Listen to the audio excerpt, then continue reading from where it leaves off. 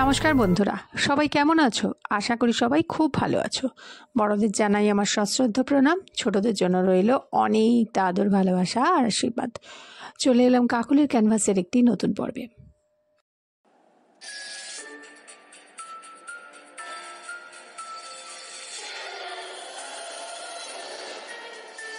বিয়ে বাড়িতে গিয়ে ভৌতিক অভিজ্ঞতা হওয়ার যে ঘটনাগুলো আগের দিন আমি শুরু করেছিলাম, তার মধ্যে মধুমন্দির ঘটনা বা মধুমন্দির ভৌতিক অভিজ্ঞতার ঘটনা তোমাদেরকে শেয়ার করেছি। আজকে আমি বলবো বিকাশের অভিজ্ঞতার ঘটনা। বিকাশের একটা প্রিয় বন্ধু ভূদেব, সে বিয়ে বাড়িতে তাকে আমন্ত্রণ জানিয়েছিল। আর বন্ধু যে মেন, ওর ভালো নাম ভূদেব হলেও ওর বাড়ির নাম ছিল ভোলা, তো ওরা ওকে ভোলা বলেই ডাকতো। তো ওর বাড়ি ছিল অনেকটা দূরে, উদয়নারায়ণপুর ছাড়িয়ে আরও অনেকটা দূরে। বলছে যে বাড়িটা অনেকটা দূরে, আমরা সবাই জানতাম ও খুব দূর থেকেই আসতো। তো ওর যখন নিজের বিয়ের যখন নিমন্ত্রণ করলো, তখন ওদের অফিসের ও শুদ্ধ নিয়ে টোটাল 5 জনকে নেমন্তন্ন করেছিল। ভালো করে জেনে নেয় রাস্তা কিভাবে যাবে। বিকাশ বলছে একদম অজ পাড়াগা, ভীষণ পরিমাণে গ্রাম। ওই জায়গাটা এতটাই গ্রাম ছিল যে স্টেশন থেকে নেমে ওদের ভ্যানে করে ওর বাড়িতে যেতে হয়েছিল। আর প্রচুর প্রচুর দিনের পুরনো বাড়ি ছিল, রাস্তার চারপাশে ঘন জঙ্গল ছিল, বন ছিল। আর গ্রামের পরিবেশ যেরকম হয় এক্স্যাক্টলি সেরকম পরিবেশ ছিল। তো ভূদেব ওদেরকে আগেই বলেছিল, ভূদেব ভোলা ওদের আগেই বলেছিল যে ওদের যেহেতু গ্রামের দিকে বাড়ি, সেহেতু প্রচুর পরিমাণ জায়গা আছে থাকার। ওদের নিজেদেরই আত্মীয় স্বজনদের প্রচুর বাড়ি আছে, এবং নিজের আত্মীয়ের বাড়ি ছাড়াও অনেক অনেক বাড়ি ওখানে আছে যেখানে ওরা আরামসে থাকতে পারবে অন্তত 3-4 দিন। কাজেই ওরা যেন 3-4 দিনের ছুটি নিয়েই আসে। তো 3-4 দিনের ছুটি নিয়ে বিকাশরা যায়নি।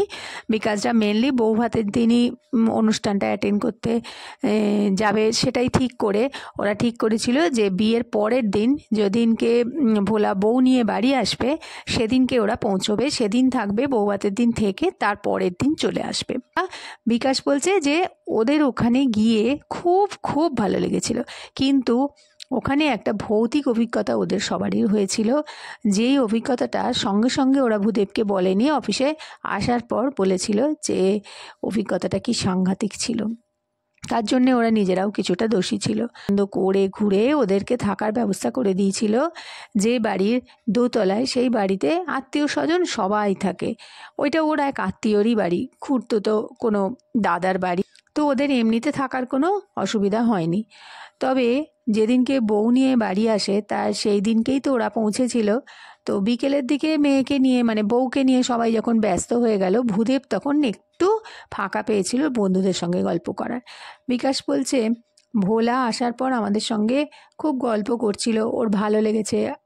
বিকাশ রাগী ছিল বলে বিকাশ বলছে আমরা যাওয়ার পর ভোলার দেখা পাইনি, ভোলা একটু কাজে ব্যস্ত ছিল। এবার তারপরে বিকেলের দিকটায় ভোলা এসে ওদের ঘরে বসে অনেকক্ষণ গল্প করছিল।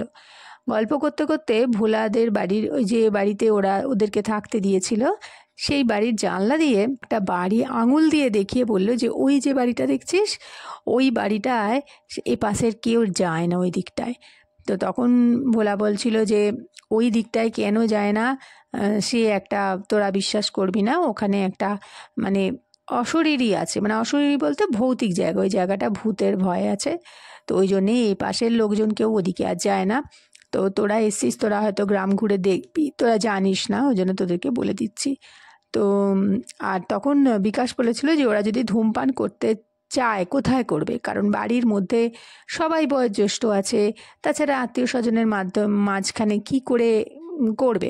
তখন বলেছিল বাড়ি থেকে বেরিয়ে পেছন দিকটায় একটু নিরিবিলি, ওই দিকটায় কেউ যায় না সাধারণত, ওই দিকটাতে লোকজন বিশেষ একটা যায় না, ও সবাই এটা ওটা ফেলে দেয়, বর্জ্য পদার্থ বলতে আনাজের খোলা ফেলা হয় বা প্লাস্টিক বাক্স এইসব ফেলা হয়, ওই দিকটায় বড় একটা কেউ যায় না। তো তোরা ওই সাইডে বেশি ভেতরে যাস না, ওই সামনেটায় ধূমপান করে চলে আসিস বলে এইরকম বলেছিল ভোলা ওদেরকে। কিন্তু বারবার সাবধান করে দিয়েছিল যে পাশের ওই যে বাড়িটা দেখা যাচ্ছে, উঁচু পাঁচিলটাও ছিল 2 মানুষ সমান পাঁচিল, বিশাল উঁচু পাঁচিল, তার ভেতরে একটা বাড়ি, বাড়িটার ইটগুলো পুরনো, অনেক গাছপালা গজিয়েছে, কিন্তু তবুও একদম পোড়ো বাড়ি নয়, মোটামুটি বাসের উপযুক্ত। কেউ যদি গাছগুলো কেটে দেয় তো ওখানে বাস করতেই পারা যায়। তো বলে রলে ভোলা আবার সন্ধ্যের দিকে বেরিয়ে গেছিল। ওর যেখানে বউ এসছে ওখানে আরও লোকজনের সঙ্গে কথাবার্তা বলতে হচ্ছিল, তো বিভিন্ন কাজে ভোলা বেরিয়ে গেছিল। এদিকে বিকাশ বলছে ওদের যে 5 বন্ধু ওরা গিয়েছিল, তো ওরা করেছিল কি, সেদিন ওরা ওই যেখানে বলেছিল সেইখানে ধূমপান করতে গিয়েছিল। সন্ধে সন্ধে হয়ে এসেছে, বন্ধু বলল দেখ ভোলা ওই যে বললো ওই জায়গাটায় যাবি একবার। তো বিকাশ বলল ঠিক এইভাবে যখন আমাদেরকে বললো, আমাদের সবারই মনে একটা কৌতূহল ছিল, মুখেই শুনেছে, কিন্তু সেরম তো কোনো ওদের অভিজ্ঞতা নেই। তো বললো দেখ ভূত ফুত কিছু হয় না, চল না ওই দিকটায় যাই, একটু এত দূর এসছি একটা অ্যাডভেঞ্চার করবো না। তো সব বন্ধুদেরই মোটামুটি প্রচ্ছন্ন ইচ্ছা ছিল।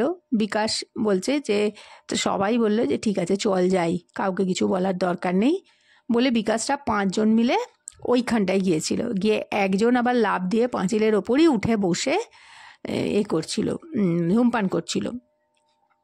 একজন পাঁচিলের ওপর আবার উঠেও গিয়ে বসে বলছে এই দেখ বসেছি বলছে তুই, বাকিরা যারা নিচে ছিল, বিকাশ বলছে আমরা সবাই বললাম দেখ তো ওইদিকে কিছু দেখা যাচ্ছে।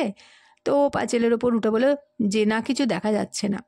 এবার ওই যে বন্ধুরা পাঁচিলের ওপর উঠেছিল সে তো ইটে পা দিয়ে উঠেছে, আর বাইরে তো কোনো প্লাস্টার ছিল না, বললাম না। বিকাশ বলছে ও বলছে পুরোনো কালের ইট খোপ বার করা গাছপালা, তাতে পা দিয়ে উঠে গেছে। এবারে ওরা দাঁড়িয়ে দাঁড়িয়ে ওরা 4 জনে আর একজন ওপরে। তো পেছন ফিরে গল্প করতে করতে হঠাৎ একটা 3-4টে ইট পড়লে যেমন একটা ধুমধাম করে ধুরধার আওয়াজ হয়, সেরকম একটা আওয়াজ হয়েছে। ওরা চমকে গিয়ে ভেবেছে বোধহয় ও পড়ে গেছে ইট ভেঙে, পুরনো পাঁচিল। বিকাশ বলছে আমরা তাকিয়ে দেখছি ওপরে ও পাঁচিলে বসে চোখটা বড় বড় করে কিরম একটা যেন অঙ্গভঙ্গি করছে। তো বিকাশ বলছে ওরা নিচে চিৎকার করে বললো হ্যাঁ রে কী পড়লো রে অত জোরে আওয়াজ? বলছে ও ওপরে কোনো আওয়াজ করছে না, ও খালি চোখটা বড় বড় করে মুখ দিয়ে আওয়াজ নেই কেন একটা বিড়বিড় করছে। তো বিকাশ বলছে ওরা প্রায় ভয় পেয়ে গেছে, হয়তো আওয়াজটা শুনেই কি ও ভয় পেয়েছে নাকি ও নামতে পারছে না, ভীষণ ভয় পেয়ে গেছে। বিকাশরা বলছে তুই ওখান থেকে লাফ দে আমরা ধরে নিচ্ছি, কিন্তু ও লাফ আর দিতে পারছে না। ও ওখানে বসে চোখটা একটা বিকট আকৃতির বড় করে একটা কিরম যেন মুখ দিয়ে কিছু বলতে চাইছে নাকি হাত দিয়ে কিছু বোঝাতে চাইছে, কিচ্ছু বোঝা যাচ্ছে না। এইবারে কিছুক্ষণের মধ্যেই ও ধুম করে ওই পাঁচিলের ওপর থেকে পড়েছে, আর পড়ার সাথে সাথে কিরম একটা ওর খিঁচুনি এসে গেছে। তো বিকাশরা 4 জন মিলে ছুটে গিয়ে ওকে মানে ভয় পেয়ে গেছে যে কি করে ওকে কি করবে, ও কিরম একটা যেন করছে। এইবার ওরা প্রচণ্ড ভয় পেয়ে গিয়ে চিৎকার চেঁচামেচি শুরু করেছে, সবাইকে ডাকছে। এবার আশেপাশে তো লোকজন ছড়িয়ে ছিটিয়েই ছিল, তো সবাই ছুটে এসেছে ওকে তাড়াতাড়ি ঘরে নিয়ে গিয়ে মুখে জল টল দিতে ও একটু শান্ত হয়ে মানে অচৈতন্য হয়ে পড়েছে। এইবার বিকাশরা তো খুব ভয় পেয়ে গেছে। বিকাশ বলছে যে এবারে তো লোকে বলবে যে বারণ করে ওদিকে কেন গেছে, 1 নম্বর ভয়, আর 2 নম্বর ভয় ওর বন্ধুরই বা কী হলো, ওটা হচ্ছে সব থেকে বড় ভয়। তো ওইটা হবার পর রাত্রির বেলা, তখন তো বেশ সন্ধেবেলা, ওরা যখন গিয়েছিল বেশ সন্ধে হয়ে গেছে। এবারে বাড়ির মধ্যে খবরটা রটে গেছে যে বিকাশের বন্ধু ওই ভূতের পাঁচিল থেকে পড়ে গেছে। তো সবাই ছুটে এসছে, ঘরের মধ্যে ভিড় হয়ে আছে। এদিকে বিকাশ বলতেও পারছে না কাউকে যে আপনারা একটু ফাঁকা করে দাঁড়ান। এইবার ভোলাকে ডেকে আস্তে করে আড়ালে বলেছে যে ঘরটা একটু ফাঁকা করতে বল, শরীরটা খারাপ তো ভিড় বলে। বিকাশ বলছে ভোলা তাড়াতাড়ি সবাইকে বলে ফাঁকা করে দিল যে ওর কিছু হয়নি, এমনি পড়েছে। কিন্তু ভোলা ওদের দিকে কটকট করে তাকাচ্ছিল, মানে ভোলা বুঝতেই পেরেছে ওরা ওদিকেই গেছিল। সেই সময় আর কিছু বলেনি। এদিকে বিকাশের বন্ধু যে পড়ে গিয়েছিল সে কিছুক্ষণ বাদে চোখ খুলে তাকালো এবং মনে হলো যেন আগের থেকে কিছুটা ধাতস্থ। এবারে আস্তে আস্তে ওরা সবাই মিলে ওর কাছে গেছে, সব তো ঘর ফাঁকা করে দিয়েছে, কিন্তু ওদের তো মনে ভয়টা আছে। বিকাশ বলছে আমরা আস্তে আস্তে গিয়ে বন্ধুর কাছে গিয়ে বসলাম যে পড়ে গিয়েছিল, তাকে গিয়ে বললাম যে কি হয়েছিল। ও বলল একটা বুড়ি হাতে লাঠি নিয়ে কুঁজো হয়ে ওই পাঁচিলের ঠিক ভেতর দিকটায় হাঁটছিল, ও দেখেছে। তো ওর দিকে তাকিয়ে মনে মনে ভাবছিল যে সবাই যে বললে এখানে কেউ থাকে না, তাহলে এই বুড়ি কোত্থেকে এলো।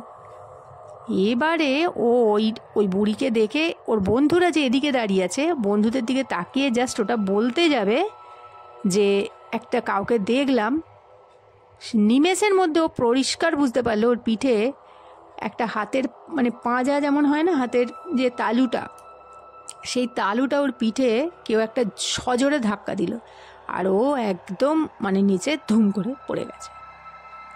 এইবার তো সবাই ভয় পেয়ে গেছে যে তাহলে বুড়িটা কে ছিল যে ভেতরে ছিল। তো ও বলছে জানিস তো আমাকে মানে ওকে ওই বন্ধুটাকে যে পুরো পেছনে হাত দিয়ে ধাক্কা দিয়েছে ও স্পর্শ অনুভব করেছে এবং ও টাল সামলাতে না পেরে পড়ে গেছে।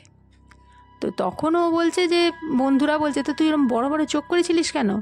বলছে বড় বড় চোখ করে এই জন্যেই ছিলাম কারণ ওই বুড়িটাকে যখন ও দেখেছে নিচে দিয়ে হেঁটে হেঁটে যাচ্ছে, তারপরে ওদেরকে যখন ও বলতে গেছে ও বুঝতে পারছে ওর পিঠে কেউ হাত দিয়ে আছে এবং সেইটাই ও প্রচণ্ড ভয় পেয়ে গেছে। এইবারে তো বিকাশের মানে খুব ভয় পেয়েছে, বিকাশ নিজে প্রচণ্ড ভয় পেয়ে গেছিলো এবং ওর 4 বন্ধুও প্রচণ্ড ভয় পেয়ে গেছিলো। ও তারপরের দিন আবার বউ ভাত, এবার ওরা সারা রাত্রির ওই নিয়ে ভয়ে একদম কাঠ হয়েছিল, ভোলার সাথে কোনো কথাই বলা যায়নি। ওরা বউ ভাত কাটিয়ে পরের দিন চলে এসেছে এবং তারপরে মানে এই যে 2 দিন 3 দিন ছিল ওরা আর ওই ঘর থেকেই বেরোয়নি। অফিসে আসার পর ভোলাকে যখন জিজ্ঞাসা করা হয়েছিল যে কি হয়েছে, ভোলা তো একটু অসন্তুষ্ট ছিলই কিন্তু ওর বন্ধুকে নিয়েও খুব উদ্বিগ্ন ছিল। তো সেদিন ওদের সঙ্গে সেরমভাবে জিজ্ঞাসা কিছু করতে পারেনি। পরে বিয়েবাড়ি কাটে যাওয়ার পর এসে যখন ভোলা জিজ্ঞেস করেছিল যে বলেছিলাম ওদিকে না যেতে তোরা সেই গিয়েছিলি, তো তখন ভোলা বলেছিল যে ওই বাড়িতে একটা মানে বুড়ি আর তার একটা পালিত ছেলে থাকতো যাকে ও দেখাশোনা করতো, ছেলেটা ওই বুড়িরই বাড়িতে থাকতো এ করতো। তাই একবার হয়েছিল কি অনেক দিন আগে গন্ধ ছাড়ছে মানে পাড়া শুদ্ধ লোক গন্ধ পাচ্ছে কোথা থেকে ছাড়ছে, লোকজন এসে পাঁচিল টপকে ভেতরে ঢুকে দেখছে সে ছেলের কোথাও নামগন্ধ নেই, কোথায় চলে গেছে, আর বুড়ি এরকম ঘরে পড়েছিল প্রায় 3-4 দিন আগেই সে শেষ হয়ে গেছে। তো সেই ছিল ঘটনা। তারপর থেকেই সবাই ওইখানটাতে যেখানে সেখানে ওই বুড়িকে দেখতে পেত। আর একটা মানে বিচ্ছিরি একটা ভৌতিক পরিবেশ তো ওখানে ছিলই, তাছাড়া ওখানে গেলে লোকের শরীর টরীর খারাপ হতো, হাওয়া বাতাস লাগতো। তো ওরই যে অশরীরী আত্মা, বিদেহী আত্মা, সে এখনও ওখানেই আছে। তো বিকাশ বলছে যে সেই ঘটনার পর বিকাশরা মানে 4-5 জন মিলে যে অভিজ্ঞতা একসাথে করেছিল, যদিও বিকাশরা দেখেনি, ও একাই দেখেছিল, কিন্তু যে ঘটনা ঘটেছিল সেই ঘটনাটা তোদের জানার কথা ছিল না।